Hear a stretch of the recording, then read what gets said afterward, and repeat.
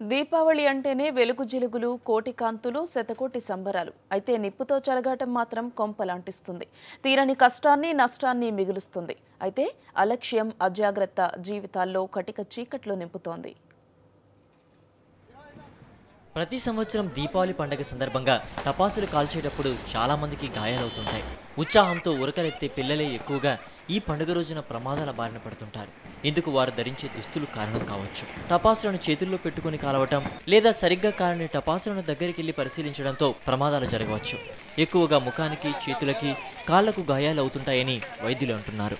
దీపావళి అందరూ దీపాలు పెడతారు కాబట్టి సాధ్యమైనంత వరకు వేలాడే డ్రెస్సులు అంటే సిల్క్ కానీ వేలాడే మన గాగ్రా చోలీ కానీ సిల్క్ పౌడర్లు కానీ చీర కూడా కట్టుకున్నప్పుడు కొంగు ఎక్కడంటే అక్కడ తగలకుండా కట్టుకోవడం ఇవన్నీ. ఇంకోటి వీలైనంత వరకు అసలు సిల్క్ అనేది సిల్క్ నైలాన్ డ్రెస్ కాకుండా కాటన్ దుస్తులు వేసుకోవటం మంచిది.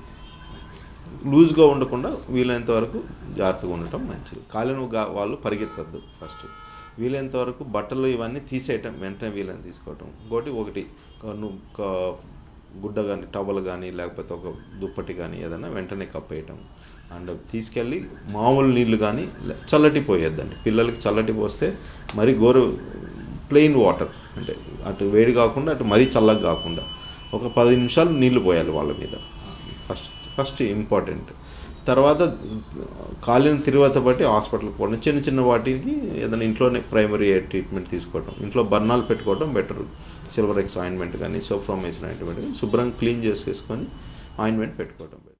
దీపావళి పండుగ రోజు కంటిగాయాలతో కూడా చాలా మంది డాక్టర్లను ఆశ్రయిస్తుంటారు. టపాసులను దగ్గరగా ఉండి కాల్చినప్పుడు కంటిలోని సున్నితమైన భాగాలకు గాయం కావచ్చు, లేదా కంటిలోని కొన్ని భాగాలకు కారణ గాయాలు కావచ్చు. ఇలాంటి సమయాల్లో డాక్టర్ను సంప్రదించాల్సి ఉంటుంది. సంప్రదాయ వైద్యం సరికాదని అంటారు కంటి వైద్యులు. సో దీపావళిని సేఫ్గా చేసుకోమని వైద్యులు సూచిస్తున్నారు.